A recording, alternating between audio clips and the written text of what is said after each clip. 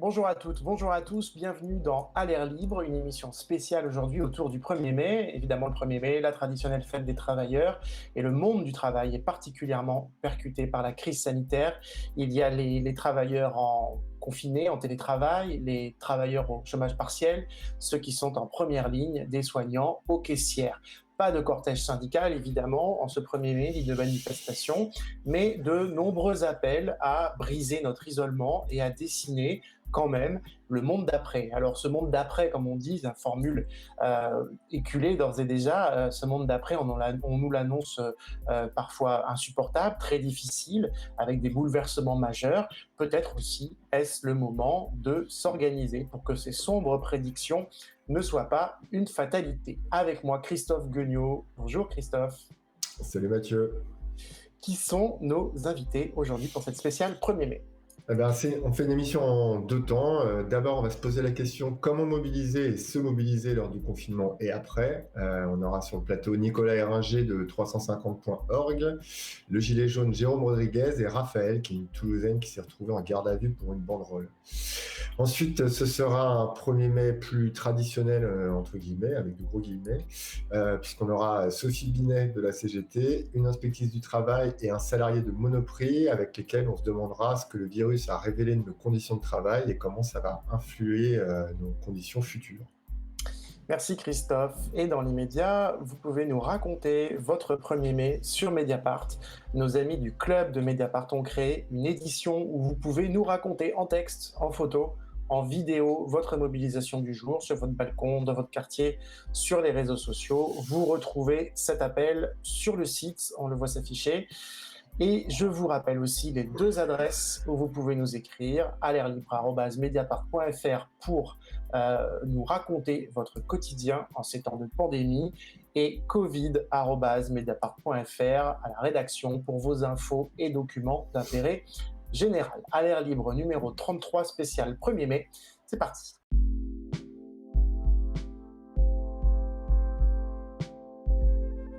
Comment mobiliser, se mobiliser et militer par temps de confinement? Pour en parler avec nous aujourd'hui, Nicolas Héringer. Bonjour Nicolas.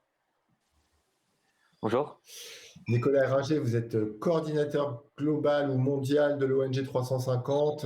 Enfin, en gros, vous avez un rôle d'animation au sein de l'ONG et vous vous définissez vous-même comme un vieux routier du militantisme.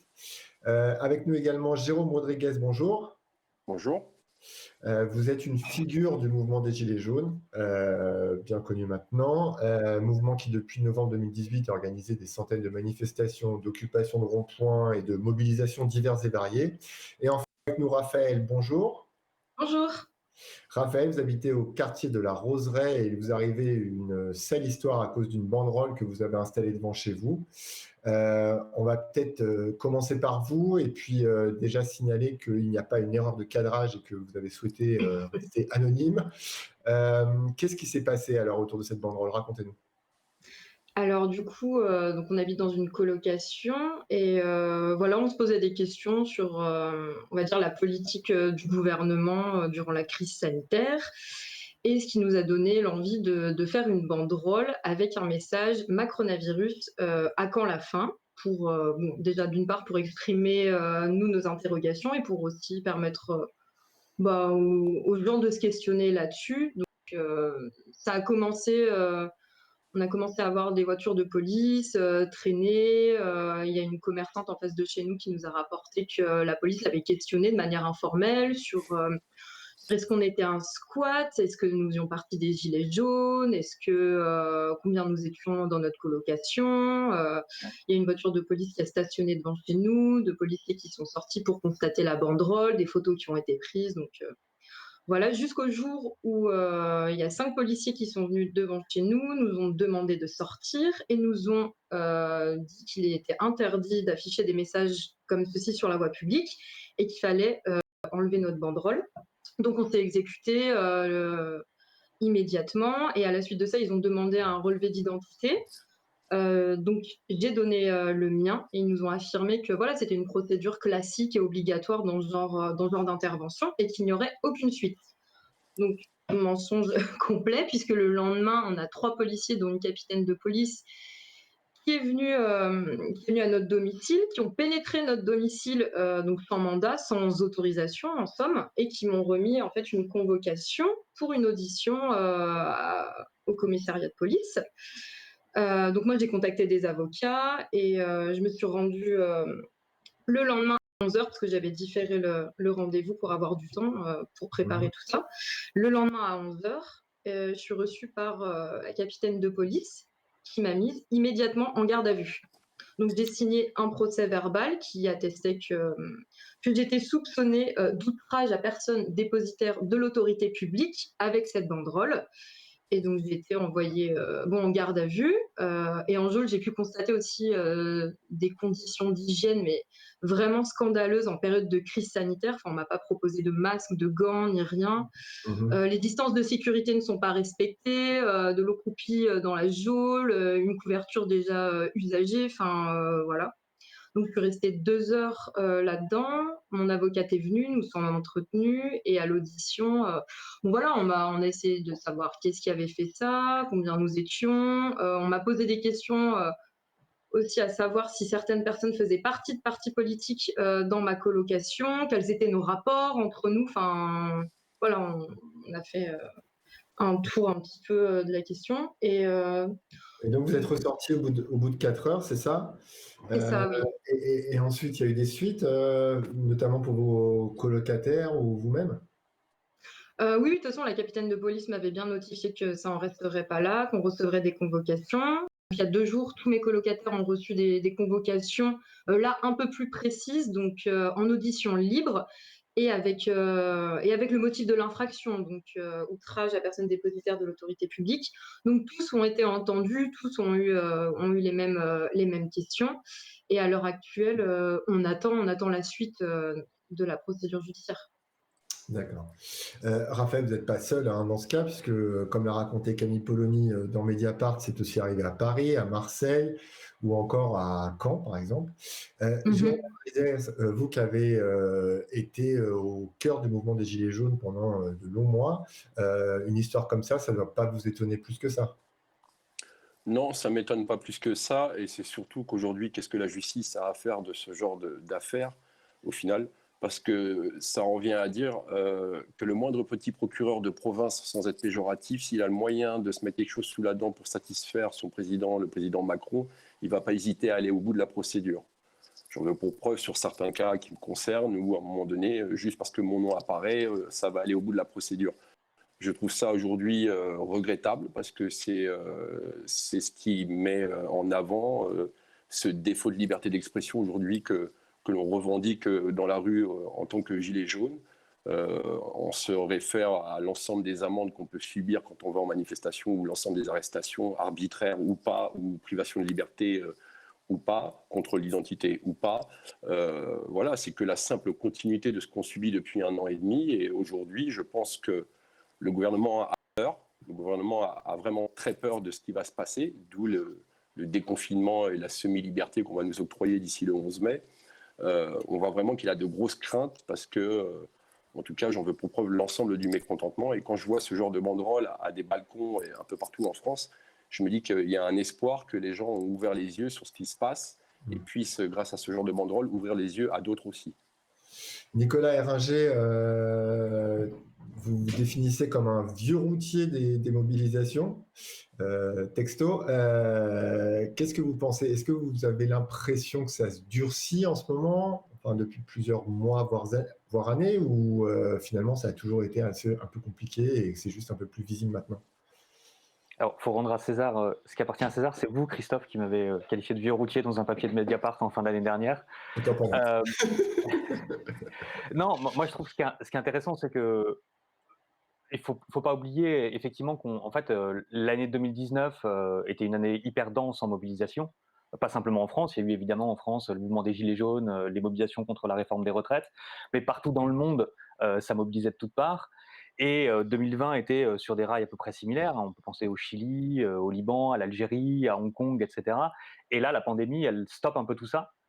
Et donc, la question, c'est de savoir comment est-ce qu'on invente d'autres formes d'expression tout en restant à la maison.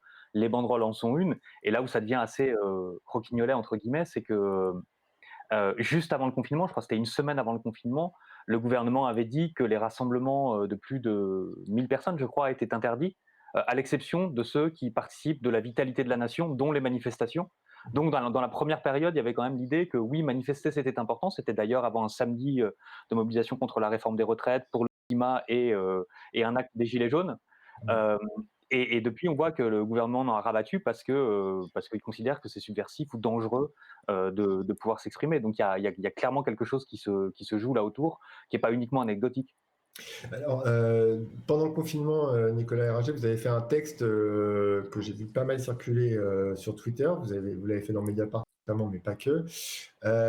C'est un texte dans lequel vous appelez à mettre le soin, je cite, hein, le soin au cœur de nos stratégies. Mais dites-vous, une approche du soin qui ne soit pas éthérée, enchâssée dans une vision hallucinée de la paix sociale. Le soin dont il est ici question n'est pas enchâssé dans un renoncement à la colère. Au contraire, puisque des gens meurent, le soin nous oblige à lutter. Comment on peut lutter dans ces conditions? Comment on peut lutter avec un pouvoir comme ça qui va jusqu'à placer en garde à vue quelqu'un qui a juste mis une banderole devant chez elle?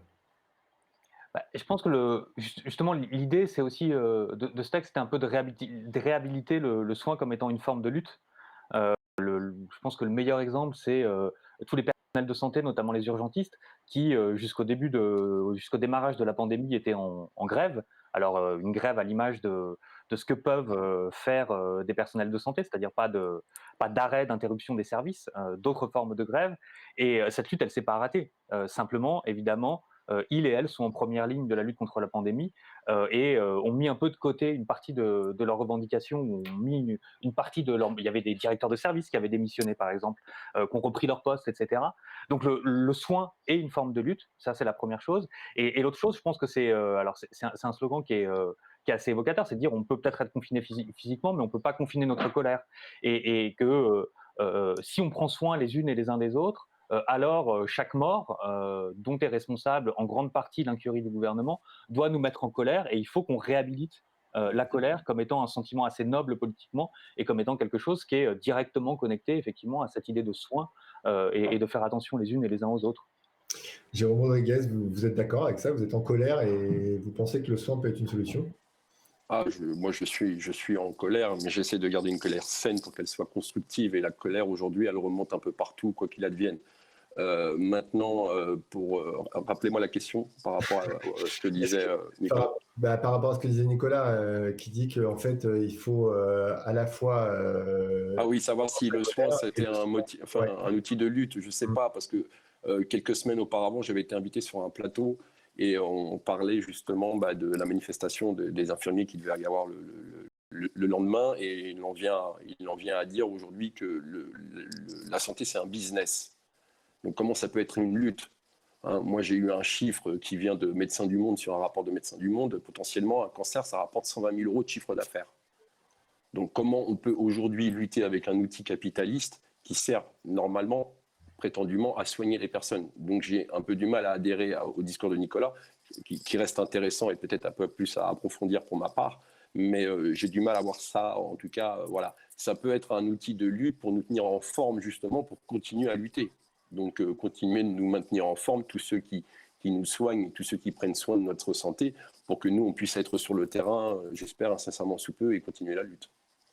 Et vous, Raphaël, cette garde à vue et tout ça, je suppose que ça vous a mis en colère, mais un, est-ce que vous étiez déjà en colère avant? Et deux, est-ce que vous réfléchissez maintenant à quoi faire en gros de cette colère? Moi, je pense que c'est certain que... Bon, avant, j'étais déjà un petit peu en colère contre certaines choses, mais aujourd'hui, oui, je suis vraiment en colère parce qu'on ne respecte pas notre liberté d'expression. Et je suis indignée de la manière dont ça s'est passé et j'ai peur des suites, en fait, que ça va prendre. Enfin, moi, ça m'effraie qu'on bascule tranquillement vers quelque chose où on ne respecte pas nos droits, où il y a potentiellement une police politique aussi qui se mette en place, parce que clairement, c'est ce qui s'est passé. Sur l'autel de la liberté d'expression, j'y ai laissé mon œil. Et ça, il faut le savoir, qu'on est 25 autres gilets jaunes, violents ou pas violents. On habite un pays qui s'appelle la France, où les valeurs républicaines nous ont appris à l'école qu'on était libre de pouvoir s'exprimer, et beaucoup sont retrouvés mutilés dans leur chair parce qu'ils ont osé élever la voix. Et on le voit aujourd'hui, ne serait-ce qu'aussi dans le confinement, ce qui se passe dans les banlieues, où on n'hésite pas à fracasser aussi la jeunesse pour aussi faire taire ce qui peut se passer aussi dans les banlieues. Et c'est ce qu'on dénonce, nous, depuis 1 an et demi. Ceux qui, hier, mettaient à bas la France, soi-disant, selon une certaine presse, et qui, aujourd'hui, malgré tout, pour la plupart, la tiennent à bout de bras, cette France. Parce qu'il y a cette première ligne front qui sont les soignants, mais vous avez la ligne, cette deuxième ligne, cette première de tranchée qui sont ces fameux gilets jaunes qui tiennent aujourd'hui les magasins, qui tiennent aujourd'hui à vider nos poubelles, à faire en sorte que nos rues restent propres, que les camions soient conduits, que ceux sur les plateformes puissent remplir les camions et tous les métiers, j'en passe et des meilleurs, qui sont aujourd'hui sur le terrain et qu'il ne faut pas oublier que ce sont ces gens-là aujourd'hui qui font vivre la France. On va passer justement à ce qui se passe dans d'autres pays en ce moment sous le coronavirus, mais juste un petit mot, Nicolas, pour répondre à justement la réponse de Jérôme Rodriguez sur la question du soin, parce que c'est important de quoi on parle quand on parle du soin qui peut être politiquement mobilisateur et important, parce que finalement, sur bien des points avec Jérôme Rodriguez, vous partagez un certain nombre de constats. Donc, moi, ce qui m'a fait peur, si tu veux, c'est au moment où le président de la République a parlé de guerre pour une simple crise sanitaire. Et quand je dis simple, je pèse mes mots parce que je regardais encore le score, excuse-moi du terme, des 250 000 morts à l'échelle mondiale. C'est triste, mais c'est pas grand-chose. D'accord comment te dire Merde, je me perds sur le fil. Rappelle-moi. Non, c'est pas... Oui, c'est pas grave, c'était une question pour Nicolas. C'est plutôt une question pour Nicolas, ouais, parce que une bonne interpellation sur la question du soin, et du coup, ça m'intéresse d'avoir la réponse de Nicolas en quelques mots, et on passe après aux exemples internationaux. Ouais, non, moi je suis pas en désaccord. Hein. Je pense que c'est ce que tu viens de dire. C'est le soin, c'est toutes ces personnes qui sont en première ligne en fait, et qui jusqu'à présent étaient dévalorisées, étaient méprisées, et on se rend compte en fait que c'est ces personnes-là qui nous font tenir. Qui permettent à la société de continuer plus ou moins à fonctionner. Et du coup, notamment que c'est ces personnes-là qui devraient être au cœur de toutes les discussions sur ce fameux monde d'après ou ce qui viendra une fois que la pandémie est passée, si on en sort un jour, ou qu'on en sorte ou pas. En tout cas, que c'est ces personnes-là qui devraient être au cœur vraiment de toutes les discussions sur comment est-ce qu'on veut que l'économie et que la société fonctionnent et qui restent complètement dévalorisées. Donc je pense que mettre le soin au cœur, c'est dire justement on veut mettre les personnels de santé, on veut mettre toutes les personnes qui bossent dans le nettoyage, qui ramassent les poubelles, les caissiers, les caissières, etc., au cœur d'un projet de société et pas les personnes qui nous dirigent. Alors donc voilà, donc l'histoire de Raphaël le montre, hein, en France, les épidémies en France et ailleurs sont toujours l'occasion de domestiquer les contestations et la répression sociale. Et en dehors de France, c'est ce que font des pouvoirs autoritaires en ce moment. Hein. On le voit en Hongrie, on le voit en Hong Kong, en Algérie. C'est assez facile, évidemment, quand la moitié de l'humanité est isolée chez elle et confinée à domicile. Pourtant, il y a quand même de nouvelles formes de mobilisation qui ont vu le jour partout dans le monde récemment. À Hong Kong, par exemple, justement, les très inventifs leaders du mouvement étudiant qui contestent le pouvoir chinois ont investi la plateforme de jeu Animal Crossing, on va voir quelques images, et organisé des manifestations virtuelles, donc sur Animal Crossing, hein, dans cette plateforme de jeu en ligne extrêmement populaire, des mobilisations qui ont entretenu la contestation, et il y a quelques jours, on le voit là, les manifestants sont retrouvés en chair et en os dans un centre commercial de Hong Kong, évidemment, protestation réprimée par le pouvoir. Là, c'est à Kansas City, dans le Missouri, des gens qui luttent contre la cherté des loyers en cette période de chômage massif aux États-Unis. Et là, c'est des manifs à Amazon, enfin plutôt de salariés d'Amazon devant la maison de Jeff Bezos, des manifestations devant la maison de Jeff Bezos à Amazon. Jeff Bezos, fondateur d'Amazon, l'homme le plus riche du monde qui continue à s'enrichir massivement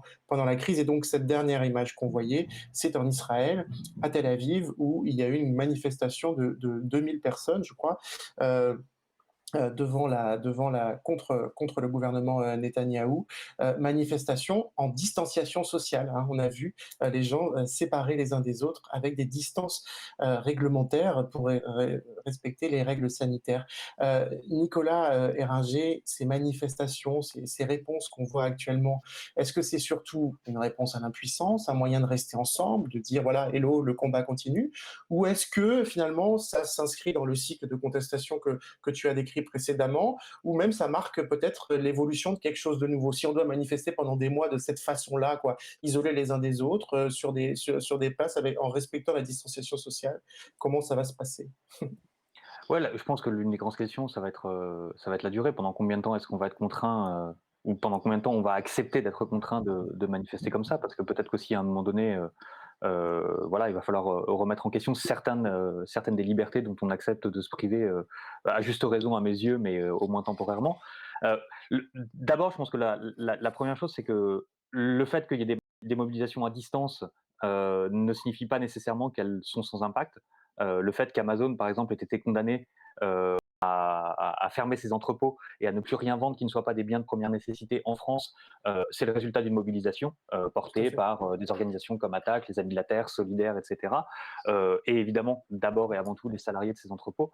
Euh, qui a été validé par le juge, mais enfin sans cette pression-là, ça ne se serait pas passé. Donc on peut quand même engranger un certain nombre de victoires en termes de protection des personnes qui sont en première ligne. Je pense qu'il se joue aussi des choses comme ça autour des blouses, autour des masques dans de nombreux pays.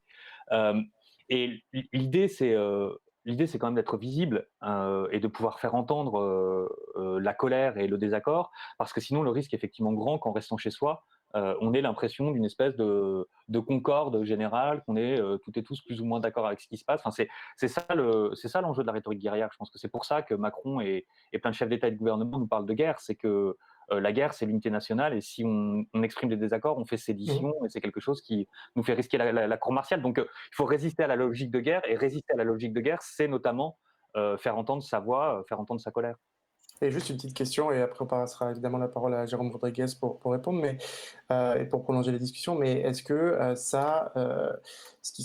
que 350.org est évidemment extrêmement, actif dans le mouvement pour la justice climatique et pour est extrêmement actif dans les grèves pour le climat qu'il y avait eu l'an dernier, notamment en septembre, dernier et puis plein d'autres choses évidemment. Est-ce que, ce qui se passe en ce moment avec la pandémie, ça rajoute des arguments à la lutte pour le climat ou ça perturbe un petit peu ces mobilisations qui étaient déjà, bien lancées? Ouais, c'est un peu les 2 à la fois. C'est un coup d'arrêt dans le sens où depuis 18 mois, les mobilisations ne cessaient de croître et avaient atteint un pic effectivement en septembre dernier avec, plus de 7 millions de personnes dans la rue, partout dans le monde. Donc c'est, à peu près le même étiage que, ce qui est considéré comme une des plus grosses mobilisations de l'histoire, les manifs contre la guerre en Irak, au début des années 2000, et tout le monde s'accordait un peu à dire que ce pic n'en était pas un et qu'on pouvait mobiliser encore plus de monde, notamment, justement du côté des syndicats, et on essayait de travailler là-dessus. Donc il y a un reflux, ou en tout cas une pause temporaire de ce point de vue-là. Et en même temps, ce dont on se rend compte, c'est que si on met dans la balance un plan de relance de l'économie qui soit hyper carboné, hyper dépendant du pétrole, du gaz et du charbon, d'un côté, et de l'autre, l'idée de dire bah, cette pause de l'économie et cette interruption temporaire des processus de production, c'est l'occasion de transformer fondamentalement le système industriel. Bah, on voit que l'impact, il ne va pas se jouer sur 5, 10 ou 15 ans, mais que ça va être sur des centaines d'années, en fait, en termes de réchauffement Mmh. climatique, la différence entre les deux. Donc c'est en même temps un peu un moment historique pour le mouvement pour la justice climatique, dont il faut qu'on parvienne à se saisir depuis chez soi, et d'abord et avant tout, je pense, en faisant le lien avec les personnes en première ligne dont parlait Jérôme tout à l'heure, donc de construire des liens plus forts avec les travailleurs, les travailleuses, enfin avec les salariés, ce qui est plutôt pas mal, à vrai dire, à faire en un 1er mai. Mais il faut sortir quand même avec des revendications concrètes. Ça veut dire que je crois que 350 fait partie de centaines d'organisations qui ont lancé un appel pour Ouais, just recovery, donc un retour, une sortie une de crise, on va reconstruction dire, juste, juste. ouais. Voilà. Ce serait quoi les revendications concrètes, justement? Parce qu'évidemment, on peut dire, voilà, il faut tout changer, etc. Mais c'est quoi c'est quoi qui devrait être fait là? En fait, ces principes pour une reconstruction juste, il y en a 5. Les principaux, c'est d'abord mettre les êtres humains et la santé en première, comme étant des absolues priorités. Donc, cesser en gros ces plans d'ajustement structurel qui ne disent pas leur nom, quoi. Toutes ces coupes dans les L'austérité. budgets, etc. Ouais, donc voilà, en finir avec l'austérité.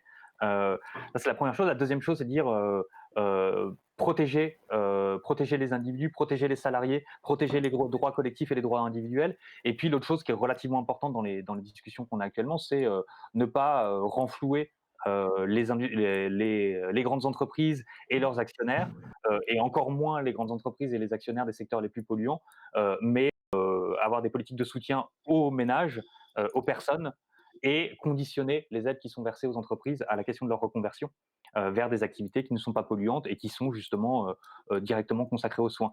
Donc c'est un peu quelque part le moment zéro, quoi, potentiellement. Nous, ça fait des années dans le mouvement pour la justice climatique qu'on dit qu'on veut un changement de système pour ne pas avoir de changement climatique, ou pour enrayer en tout cas le changement climatique. Bah, c'est un peu le moment zéro du changement de système, parce que temporairement le système est en pause, et donc c'est l'opportunité de le réinitialiser.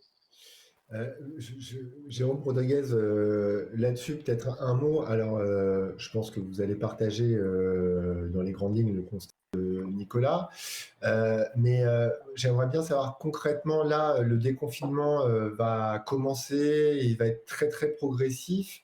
Il n'y aura pas un déconfinement d'un coup, donc est-ce que les Gilets jaunes, comment vous voyez le futur du mouvement des Gilets jaunes, et comment vous voyez le futur des mouvements sociaux dans cette espèce entre deux où les gens vont retourner bosser et tout va reprendre comme avant, mais il n'y aura pas la possibilité de se regrouper et tout ça? Ça va être compliqué. Je pense et je ressens une énorme frustration, en tout cas de par le discours du Premier ministre la dernière fois. Maintenant, les Gilets jaunes sont assez rebelles pour peut-être savoir ce qu'ils ont à faire et en prendre la responsabilité. Il y a plusieurs dates qui sortent aujourd'hui pour que les gens puissent se retrouver dans la rue. J'en ai fait un live l'autre soir en appelant à la responsabilité de celui qui appelle les gens dans la rue, ne serait-ce que vis-à-vis de la maladie et des retombées que ça peut avoir vis-à-vis du gouvernement. Je ne cacherai pas dans mon discours que j'ai dit que s'il fallait sortir en ces temps un peu compliqués, c'était de sortir une bonne fois pour toutes, et que si ce n'était pas fini à 18h, qu'on puisse continuer, mais que quand on rentre à la maison, on ait vraiment gagné la partie.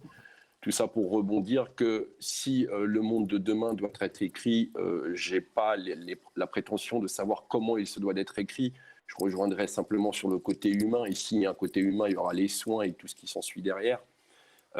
Mais en tout cas, une chose est sûre, c'est peut-être pas à moi d'écrire le monde de demain, d'y participer avec tant d'autres, mais c'est de surtout pas laisser le stylo dans ceux qui ont écrit le monde d'hier et le monde d'aujourd'hui. Et c'est ça qui est important de faire comprendre aux gens, malgré tout, si on n'a pas la bonne idée pour ce qui sera demain, de surtout pas laisser faire tous ceux qu'on entend aujourd'hui dans les grands médias, de dire « Ah ouais, on va écrire le monde de demain » parce qu'aujourd'hui, on s'aperçoit que ce n'est pas parfait. Mais je tiens à rappeler à ces gens qui constatent que ce n'est pas parfait, que c'est eux qui ont écrit ce qui se passe aujourd'hui. Et que si on en est là aujourd'hui, c'est à cause d'eux. Donc il faut arrêter de leur faire confiance, quel qu'il soit, de par le vote ou de leur donner du crédit. Et à nous de retrouver cette plume avec des Nicolas, des Raphaël et tant d'autres pour pouvoir essayer de redonner ce côté humain et d'écrire justement le monde de demain. Eh ben, merci beaucoup, merci à vous trois. Raphaël, vous nous tiendrez au courant quand même des suites de vos aventures judiciaires maintenant. Oui, Nicolas Eringer, Jérôme Rodriguez, si j'ai bien compris, on vous retrouvera dans la rue, enfin peut-être Raphaël aussi d'ailleurs. Ouais, dès que possible, ouais. Avant de retrouver nos invités de la deuxième partie, on va voir des extraits d'une vidéo du collectif Cerveau non disponible qui est titrée « Qu'allons-nous faire ?» et c'est sur la suite aussi de l'après-coronavirus. Pour l'hôpital public, du fric, pour l'hôpital public, du fric, pour l'hôpital public, du fric.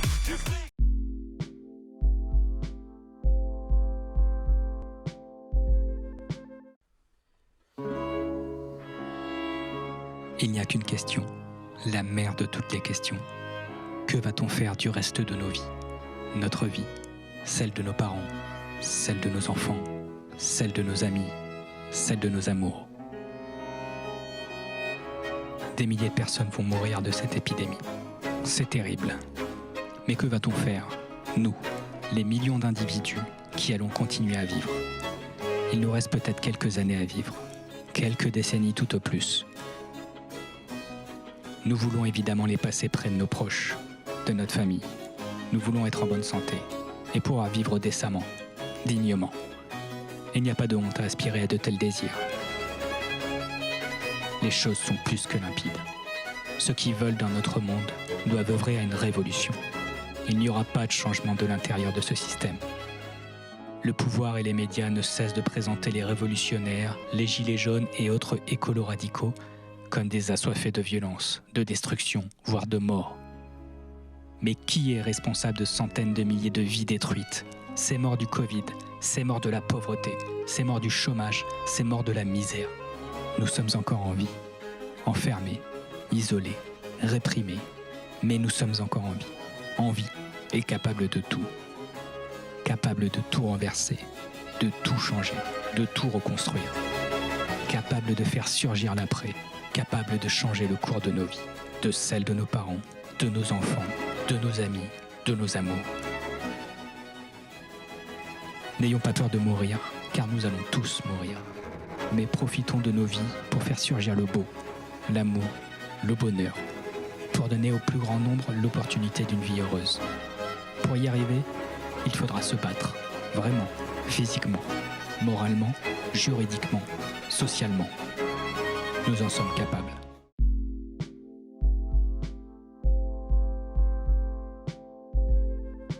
Dans cette deuxième partie, toujours avec Christophe Gueugnaud, nous allons parler du travail. Le 1er mai est évidemment une date spéciale qui célèbre les combats du mouvement ouvrier pour la journée de 8 heures à la fin du 19e siècle. On va parler de ce que cette épidémie révèle des conditions de travail, du caractère essentiel de certains travailleurs dans cette crise, travailleurs essentiels qui pourtant cumulent souvent les faibles salaires, sont souvent des femmes en situation précaire ou bien victimes des politiques d'austérité. On pense bien sûr aux soignants et à l'hôpital. Dans cette partie, nous recevrons Stéphane Geneux, salarié du groupe de grande distribution Casino, Sophie Poulet, inspectrice du travail et membre du Conseil national de Sud Travail. Mais d'abord, nous sommes avec vous, Sophie Binet. Bonjour. Bonjour. Vous êtes co-secrétaire générale de l'UGIT, le syndicat des ingénieurs et cadres de la CGT, et une dirigeante de la CGT chargée de l'égalité entre les hommes et les femmes. Qu'est-ce qu'elle nous révèle, cette crise du coronavirus, sur la réalité du monde du travail ? Eh bien, en fait, ça permet de mettre en avant les métiers qui sont habituellement invisibilisés et dévalorisés, notamment les métiers de soignants, qui sont d'abord des métiers de soignantes, avec des infirmières qui sont à plus de 80% des femmes, des aides-soignantes, des aides à domicile qui, là encore une fois, sont des femmes, des aides-soignantes qui travaillent dans les maisons de retraite auprès de nos aînés, des caissiers et des caissières qui sont encore une fois majoritairement des femmes. Ça permet aussi de mettre sur le devant de la scène le fait que le métier d'enseignant, qui est souvent déprofessionnalisé, dévalorisé, qui encore une fois est un métier qui est très très largement exercé par des femmes.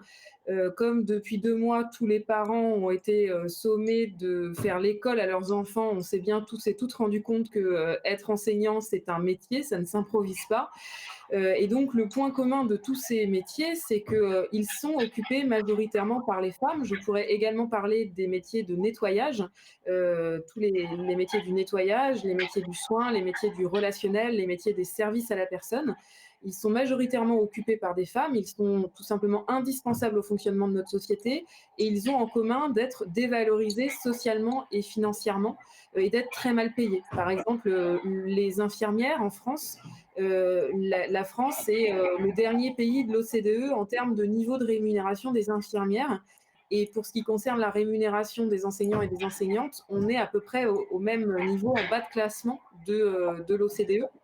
Donc on voit que le niveau de rémunération de ces métiers est inversement proportionnel à leur utilité sociale. Donc je pense que c'est la première leçon de cette crise, c'est qu'il faut revaloriser les métiers à prédominance féminine. Il faut enfin reconnaître leur qualification et le caractère indispensable de leur travail et les rémunérer à la hauteur. Il y a tout un débat qui monte justement sur cette question de revaloriser les métiers en fonction de leur utilité sociale. Alors dans un monde idéal, évidemment, on aimerait que l'infirmière soit plus payée que le trader. Mais après cette crise, où d'ores et déjà, en ce moment, et dans les décisions politiques qui vont être prises ou dans les mobilisations qui vont sortir de cette période, on rappelle quand même qu'on sort d'une période extrêmement active en termes de mobilisation, à la manif des retraites, les gilets jaunes, les manifestations dans les hôpitaux et le monde médical, donc tout ça s'inscrit dans un bouillonnement, mais dans la sortie justement de cette crise-là, cette question de revaloriser les métiers en fonction de leur utilité sociale, ça pourrait se traduire comment ?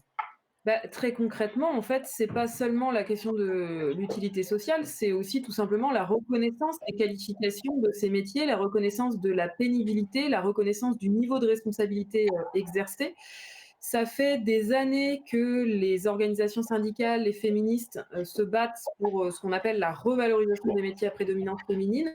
Pourquoi ? Parce qu'en fait, ce qu'on sait peu, c'est que la loi, elle impose un salaire égal pour un travail égal, mais elle impose aussi un salaire égal pour un travail de valeur égale. Et donc, il faut comparer des métiers différents, mais de valeur égale selon la loi, pour vérifier que le salaire soit bien égal. Et quand on le fait, on se rend compte que les métiers dans lesquels les femmes sont concentrées sont toujours à valeur égale selon la loi, c'est-à-dire même niveau de qualification, même niveau de responsabilité, même charge physique et nerveuse, et toujours moins bien payés que les métiers dans lesquels sont concentrés les hommes.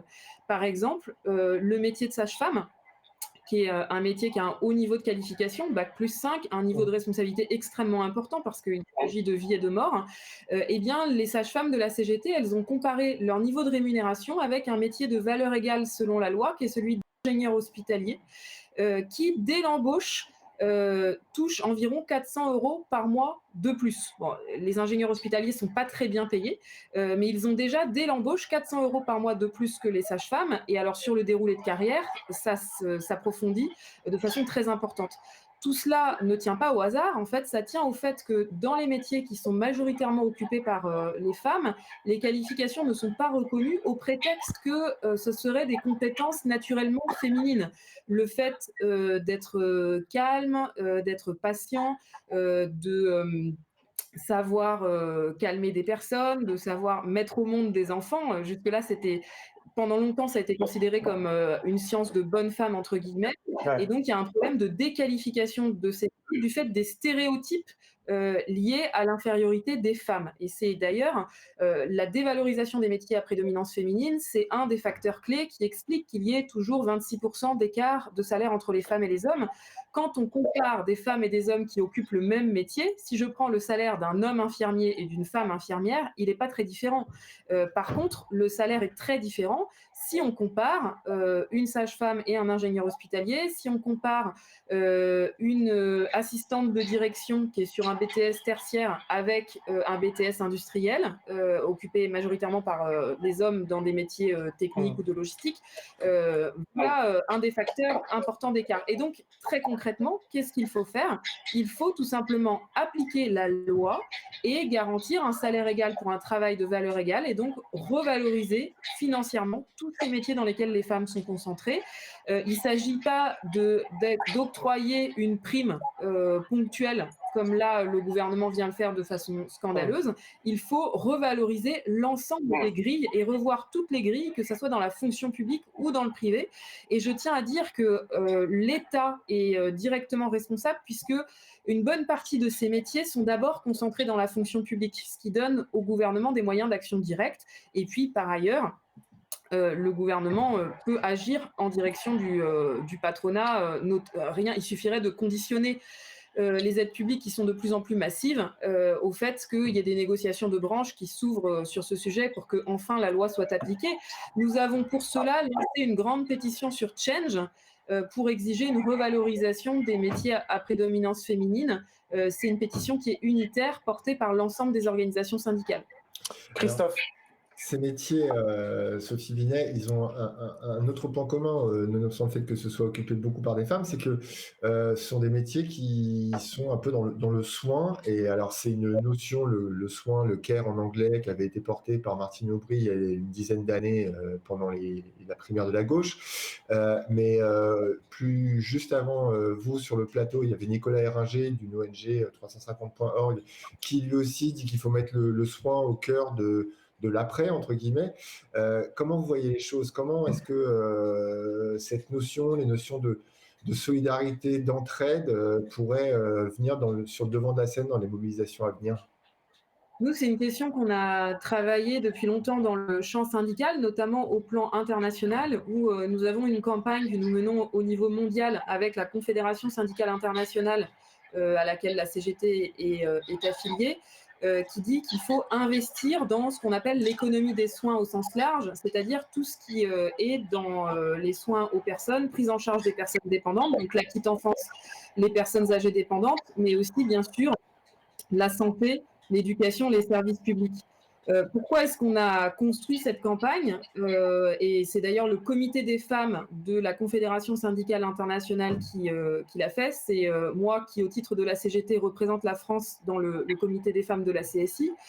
Et donc, pourquoi est-ce qu'on a construit cette campagne? Parce que c'est un levier d'émancipation des femmes sur 2 aspects.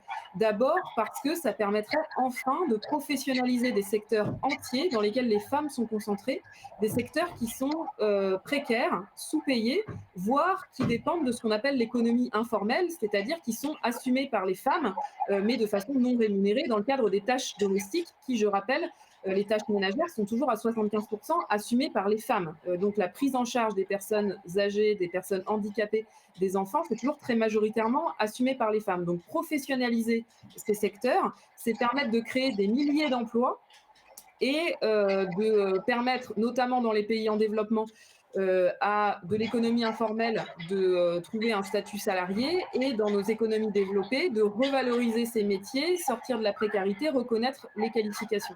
Et le deuxième élément clé de cette campagne Investir dans l'économie des soins, c'est justement d'émanciper les femmes des tâches ménagères qui sont toujours assumées à 75% par les femmes et qui sont un des facteurs centraux de l'inégalité entre les femmes et les hommes. C'est que les femmes et les hommes n'ont pas le même rapport au temps, puisque les femmes, en plus de leur temps de travail, eh bien, elles assument l'essentiel des tâches ménagères, ce qui est un facteur d'inégalité central. Donc, renforcer les services publics, créer par exemple en France un grand service public de la prise en charge de la dépendance, ça serait d'abord un élément pour créer des emplois de qualité pour les femmes et ensuite un levier pour les émanciper des tâches ménagères.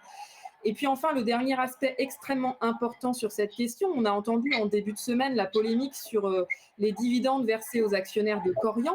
Voilà, Korian, c'est le premier groupe privé qui s'occupe des EHPAD et donc de la prise en charge des personnes âgées dépendantes. Et donc les actionnaires de Korian sont notamment un fonds de pension canadien.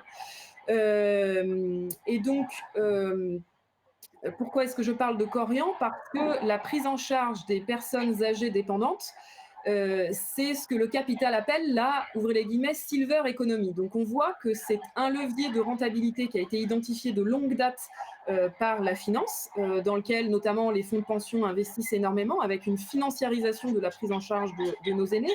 Donc si aujourd'hui les puissances publiques ne se réveillent pas pour créer de grands services publics de la prise en charge de la dépendance, le capital est là et en fait un nouveau levier de spéculation et de dégagement de valeur pour les actionnaires, pour le détriment de la vie et la qualité de prise en charge de nos aînés, et puis bien sûr au détriment des conditions de travail, parce que c'est aussi dans ce secteur, les EHPAD, les cliniques privées, etc., que ces dernières années, nous avons connu les luttes les plus dures, avec des grèves parfois de plus d'un mois, des grèves de la faim, des occupations, etc., et des actionnaires qui n'en avaient strictement rien à faire et qui ne cédaient pas.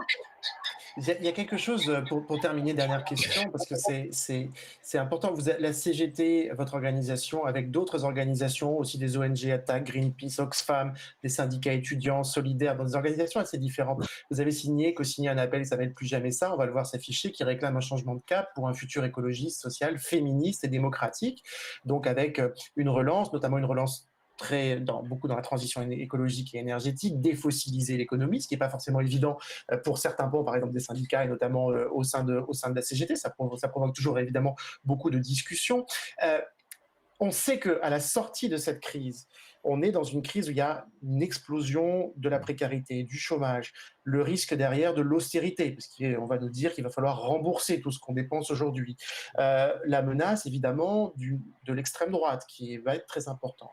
Comment, pour vous, quelles sont les initiatives qui doivent être prises quand on va sortir de cette période de sidération, de confinement, pour reprendre la main, reprendre l'agenda sur la transformation que vous appelez de vos voeux? Est-ce que ça passe par des mobilisations tout de suite? Est-ce que ça passe par des fronts communs? Comment vous envisagez les choses? Est-ce que ça change votre regard de syndicaliste, y compris la façon dont vous voyiez les choses il y a quelques mois? La crise, elle est d'une telle violence qu'elle rebat toutes les cartes. Par contre, il faut tirer des leçons des crises passées. Moi, je reviendrai sur 2 points. D'abord, ce qui s'est passé en 2008, où on a eu pendant 6 mois, 1 an, des envolées lyriques du capital pour nous dire combien est-ce qu'il fallait changer les choses, en finir avec la finance folle, etc.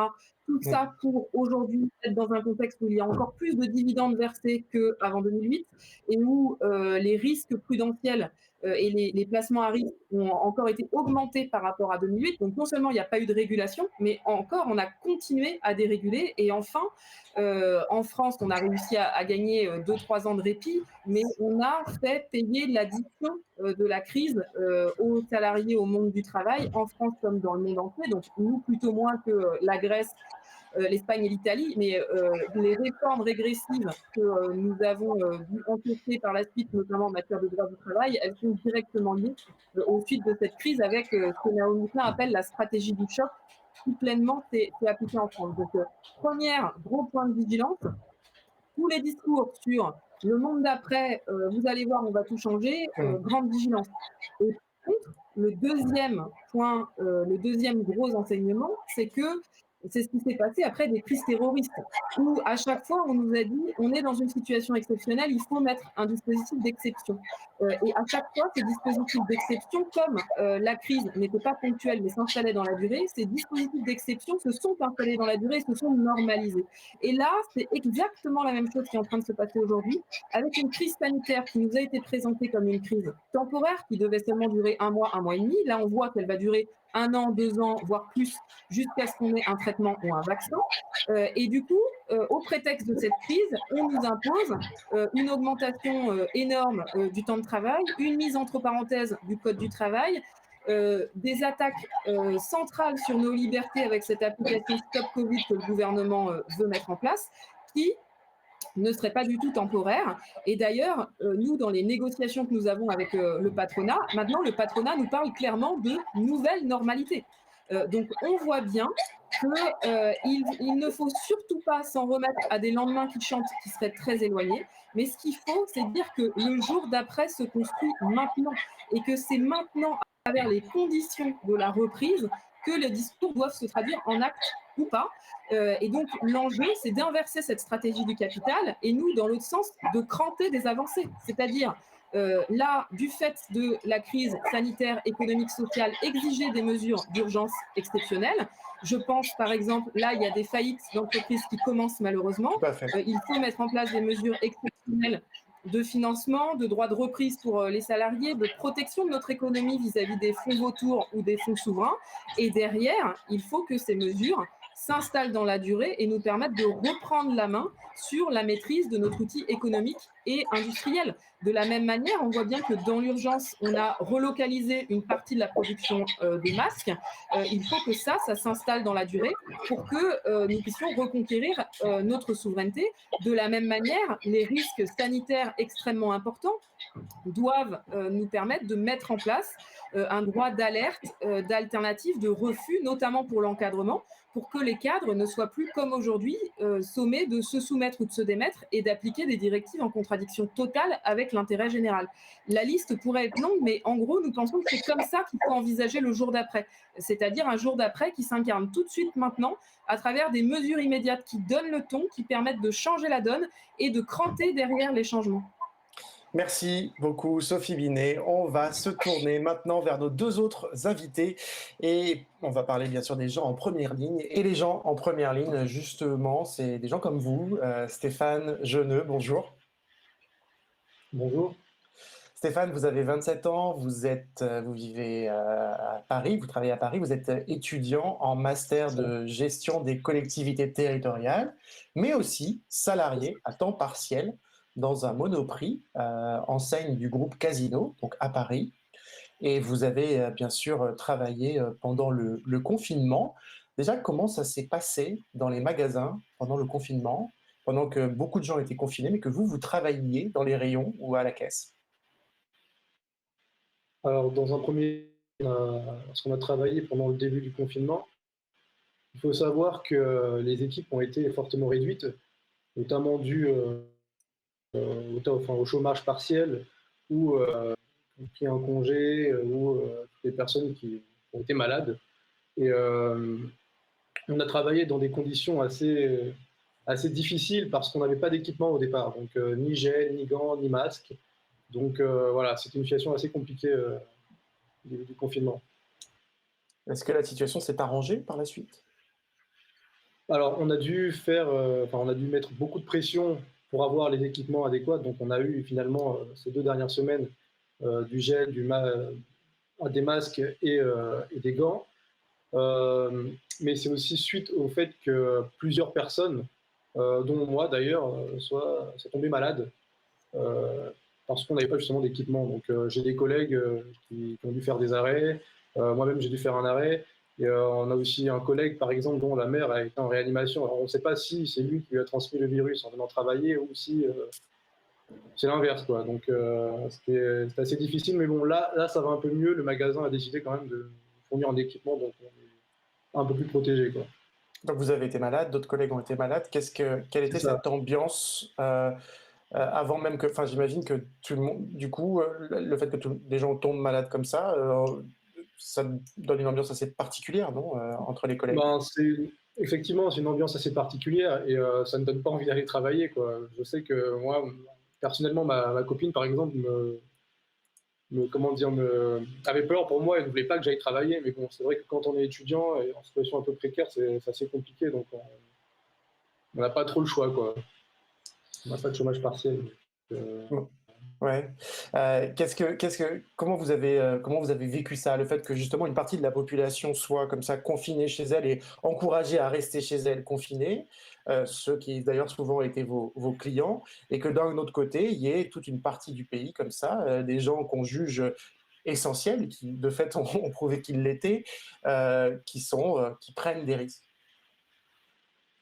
Ben, écoutez, moi, je trouve que ça questionne beaucoup sur la santé. Enfin, je sais avant le Covid, ben, les métiers comme les nôtres n'étaient pas vraiment reconnus.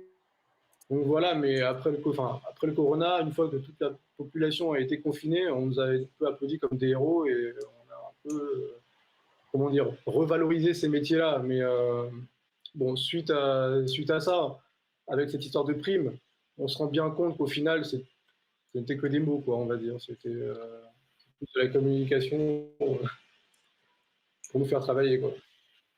Alors pour expliquer peut-être aux gens qui nous regardent cette histoire de prime, c'est que fin mars, il y a eu une prime de 1 000 € qui a été annoncée par les grandes enseignes pour tous leurs salariés. Ça a été salué, ça a été beaucoup de pub aussi pour les grandes enseignes qui semblaient faire montre tout d'un coup de compassion à l'égard des salariés qu'elles envoyaient travailler sous temps de Covid. Et puis, vous avez découvert que finalement, tout le monde ne serait pas concerné par les 1 000 €. Il y en a, ça serait au prorata de leur temps de travail, etc. Ce qui a déclenché un peu de colère sur les réseaux sociaux. Et vous, par exemple? C'est ça, exactement, oui. Ce qui s'est passé. Et du coup, où est-ce qu'on en est maintenant là, de cette histoire de prime? Vous, par exemple, vous savez combien vous allez toucher ou pas? Alors pour l'instant, on n'a pas d'informations sur le montant de la prime, mais moi j'ai eu personnellement des remontées de collègues dans d'autres magasins qui m'ont dit qu'ils ont déjà reçu cette prime et apparemment elle s'élève entre 50 et 60 euros. Donc c'est au prorata en fait, c'est proratisé, mais on voit bien que pour les contrats étudiants par exemple, c'est une prime très faible, en sachant qu'on a été pas mal mobilisés parce que les étudiants en fait sont les personnes qui ont en général plus besoin de travailler dans ce genre de période parce qu'on ne peut pas prendre de chômage partiel. Donc c'est vrai que c'est assez dérisoire comme somme, quoi. Et le pire encore, c'est pour nos collègues qui sont en CDD ou en intérim, dont les contrats se terminent avant la fin du confinement, qui eux n'auront rien du tout, en fait. Donc oui, on s'est un peu fait avoir, quoi, et on est beaucoup, on est très indignés, et moi personnellement, je suis très en colère par rapport à ça. Ouais, au point que vous avez même poussé un coup de gueule sur les réseaux sociaux, hein. C'est pour ça d'ailleurs qu'on Oui. vous a invité, qu'on vous a repéré d'une certaine façon. Qu'est-ce qui a motivé ce coup de gueule?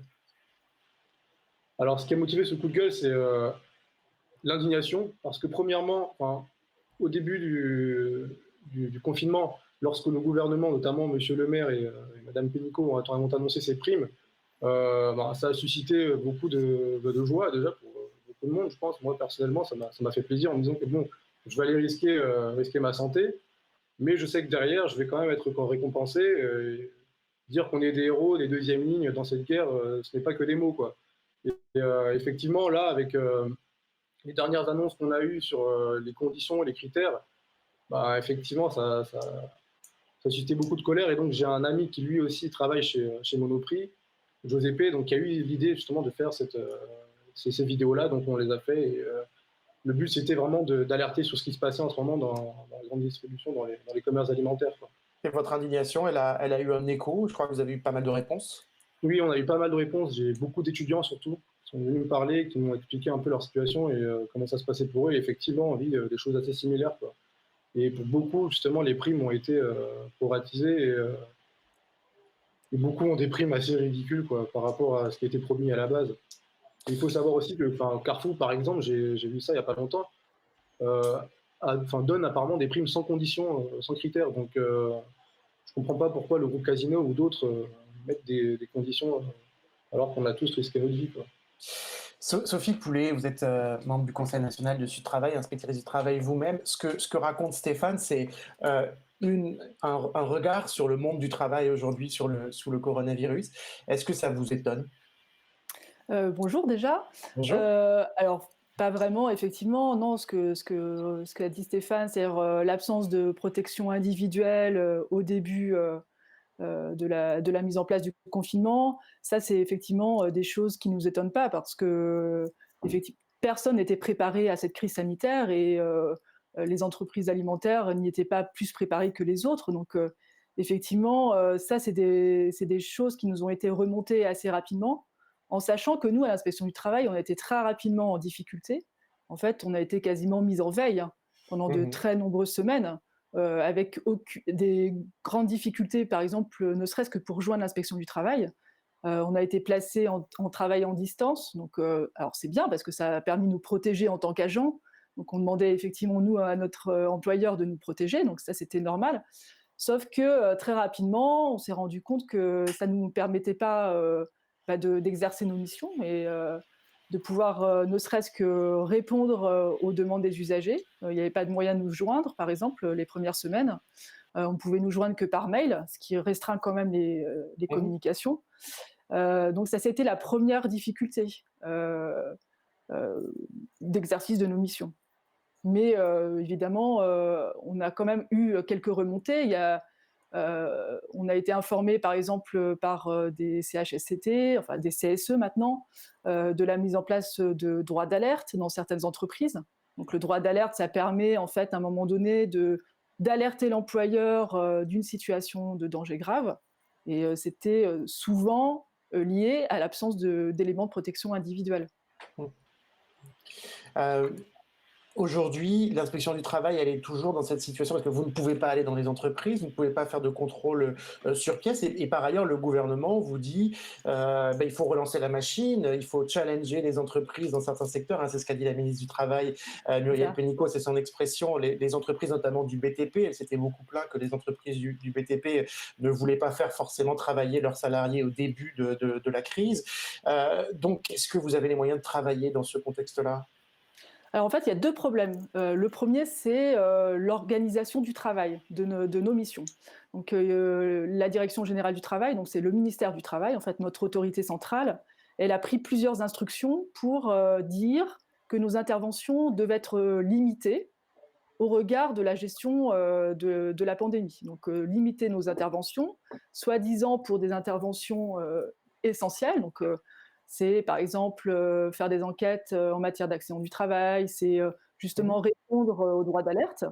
Donc en période de pandémie, on peut effectivement considérer que on ne peut pas exercer l'entièreté de nos missions et donc il faut effectivement les limiter en donnant les moyens aux agents de pouvoir exercer ces missions en étant protégés. Oui, mais là, il y a une forme de contrainte politique, quoi. C'est ça que... Voilà, sauf qu'en fait, très rapidement, on s'est rendu compte que ces restrictions, elles s'accompagnaient également d'injonctions de la hiérarchie. Et on doit, par exemple, avant de réaliser un contrôle, demander, alors c'est pas formulé comme ça, mais ça revient à ça en fait, demander l'accord de notre responsable qui est censé vérifier que nos conditions d'intervention sont bien sécurisées avant de pouvoir mener un contrôle. Donc, Voilà. on restreint nos interventions, on doit demander l'accord de la hiérarchie, et ensuite, le second problème, c'est que nous ne disposons pas d'équipements de protection individuelle nous-mêmes. Nous sommes complètement démunis. Donc, quand bien même on voudrait effectivement faire des contrôles, on pourrait difficilement le faire puisque, par exemple, moi, personnellement, j'ai été dotée de 4 masques périmés depuis de nombreuses années en début de semaine. Donc, jusqu'à lundi, en réalité, je n'étais pas en capacité de pouvoir exercer ma mission. Alors justement, ces contraintes qui pèsent sur les inspecteurs du travail, elles font que vous êtes très mobilisés en ce moment, en défense en particulier d'un collègue qui s'appelle Anthony Smith, inspecteur du travail dans la Marne, qui a été mis à pied par la ministre du Travail, Muriel Pénicaud. Alors officiellement, il lui est reproché d'avoir pas suivi de manière délibérée, grave et répétée les instructions de l'autorité centrale du système d'inspection du travail concernant l'action de l'inspection durant l'épidémie de Covid-19. Voilà, c'est la critique du ministère du Travail. Et ce qui lui est reproché, en fait, ce collègue avait lancé, je crois, une procédure de référé pour obtenir que soient donnés des masques à des aides à domicile, hein, c'est très concret. Et il a été suspendu. Forte mobilisation, hein, une pétition en est même à plus de 110 000 signataires. On va la voir s'afficher. Sophie Poulet, pourquoi une telle mobilisation? Qu'est-ce que ça signifie en fait? De quoi elle est le symbole en ce moment? Pour nous, c'était un choc en fait, hein, parce que effectivement, suspendre de ses fonctions un inspecteur du travail. Alors, ce qui lui est reproché officiellement, c'est pas ça, évidemment. Hein, on lui a pas reproché officiellement d'avoir exercé ce référé, puisque ce serait totalement contraire à la Convention internationale ratifiée par la France depuis de nombreuses décennies. Mais de fait, c'est ce qu'il avait fait. Voilà, de fait, c'est ce qu'il a fait. Chronologiquement, c'est très clair. Il a annoncé à l'employeur qu'il allait engager une procédure de référé, donc saisir l'autorité judiciaire, et le soir même, sa responsable lui annonce qu'il est suspendu. Le lendemain, il reçoit son arrêté. Donc chronologiquement, c'est bien ça. Par contre, ce que dit le ministère, ce qu'il essaie de prétendre, c'est que cet agent serait quelqu'un qui ne respecte aucune instruction hiérarchique, qui a un comportement complètement déviant, ce qui est totalement faux. D'ailleurs, ils sont bien en peine de pouvoir justifier ce qu'ils ne respecteraient pas, puisque jusqu'à présent, officiellement, on ne lui fait aucun reproche. Il n'y a aucun fait qui lui est notifié. Donc ça a été vraiment un choc dans nos services, et vraiment, puisque l'atteinte à l'indépendance, elle est vraiment caractérisée. C'est-à-dire que la Convention de l'OIT, de l'Organisation internationale du travail, dit clairement qu'on doit respecter l'indépendance de l'inspection du travail. Et là, c'est clairement un employeur, une entreprise, qui a fait pression sur une responsable départementale, qui a relayé elle-même cette pression auprès de l'agent de contrôle pour empêcher la réalisation de son action. Métaphore de ce qui se passe en ce moment dans tout le pays, quoi, finalement. Christophe? Oui, Sophie Poulet, peut-être une dernière question. Vous avez dit tout à l'heure que vous aviez reçu des masques périmés en début de semaine. Est-ce que plus largement, il y a un plan de déconfinement en ce moment au sein de l'inspection du travail? Enfin, est-ce que vous avez commencé à parler de ce qui allait se passer pour vous après le 11 mai? Et si oui, peut-être peut nous en parler un peu? Alors, au niveau de la prévention des agents, donc nous-mêmes, nous avons des instances. Hein, donc, il y a un CHSCT ministériel qui, effectivement, est censé discuter des conditions de déconfinement. Bon, pour l'instant, on n'a aucune visibilité de la façon dont ça va se traduire pour l'exercice de nos missions. On pense en fait qu'on va rester en télétravail encore pendant de nombreuses semaines. Nous, ce qu'on espère, ce qu'on demande en tout cas en tant que syndicat, c'est qu'on puisse nous permettre de mener nos missions normalement, donc de nous doter d'équipements de protection individuelle pour pouvoir les exercer. Donc des masques, et pas des masques périmés, des vrais masques de protection, avec des lingettes, du gel, voilà, des éléments qui nous permettent de pouvoir mener des contrôles. Il n'est pas question aujourd'hui que l'inspection du travail reste comme ça en veille, sans pouvoir mener des contrôles. Il faut qu'on puisse nous permettre de mener nos missions normalement. Donc et assistent. Alors, il y a eu des contrôles, hein, bien sûr, mais ça reste des initiatives individuelles assez minoritaires. Et nous, ce qu'on veut maintenant, aujourd'hui, l'activité économique, elle redémarre de façon très forte. Et donc, l'inspection du travail, elle doit être présente. D'accord, merci. Et vous, Stéphane, Monoprix, la direction a commencé à prévenir un peu ses salariés de comment ça allait se passer l'après 11 mai ou ça change? Pour l'instant, on n'a pas eu de nouvelles. D'accord. On ne sait pas encore comment ça va se passer, mais je pense qu'ils vont faire ça très vite. Je travaille dimanche prochain, donc on aura sûrement des informations d'ici là. Merci beaucoup, merci à tous les trois. On va refermer, on suit bien sûr tout ce qui va se passer dans vos entreprises, enfin dans votre entreprise Stéphane, et puis dans le secteur de la grande distribution et vous Sophie, au niveau de l'inspection du travail, cette pétition notamment qui circule beaucoup en ce moment. On va donc refermer cette spéciale 1er mai avec une chanson spéciale 1er mai justement, chanson très joyeuse, c'est Guimos la Fiesta, une chanson du dernier album de Sidi Huacho, dont l'album Elegancia Popular, je prononce très mal, vient de sortir. On retrouve donc le chanteur Saïdou à distance, mais à l'unisson avec plusieurs artistes, Sergent Garcia, Flavia Coelho et des membres de La Rue Quétanou et de Zebda. On regarde tout cela. Bonne journée à tous, bon 1er mai. Abonnez-vous bien sûr à Mediapart.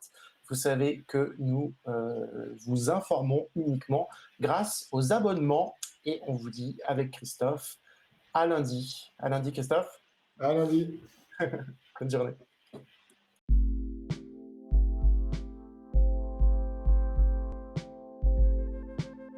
Directamente desde la cabrona casa, en confinamiento, pero pronto a la calle, la revuelta es necesaria, familia. El Siriguá, mamá, escúchalo. Colère confinée, toujours motivé, avec toute la famille. On continue la fiesta, la lucha, la danza. Comme ça. Ce qu'on aime c'est la fiesta, les ambiances Soudaka, dédicace à Taha, c'est du rap de Casbah. Plaisir qui se boude pas, insulter les bourgeois, faire sourire la vecina et faire danser la familia. Mais tout ça sera possible si la fanfare est balèze, si le son est violent comme un coup franc de marais, si les mauvais élèves boycottent la Marseillaise, si le pays est en grève, si nos textes leur déplaisent. Ne fais pas timide, faut que l'équipe soit solide. Elle va bosser France Fanon si tu veux qu'on te valide. Elle prévient les videurs qu'on vient forcer la puerta. Nous, on continue la fiesta. El humo de la llanta, coraje y aguante, dignidad se levanta. Seguimos la fiesta. Tirata, capucha, caravana, sudaca, familia, Judico. Seguimos la fiesta. Yo me manifiesto, lo sigo despierto, aquí combatiendo. Seguimos la fiesta. Dédicace à Taha, c'est du rap de Casbah, familia, Judico. Seguimos la fiesta. Hermano, que no pare la fiesta. Y que viva la lucha. Hasta la victoria. Seguimos la fiesta. Nadie me invitó a la fiesta, pero bailamos sobre el sillón. Tenía la puerta abierta, la policía nunca entendió.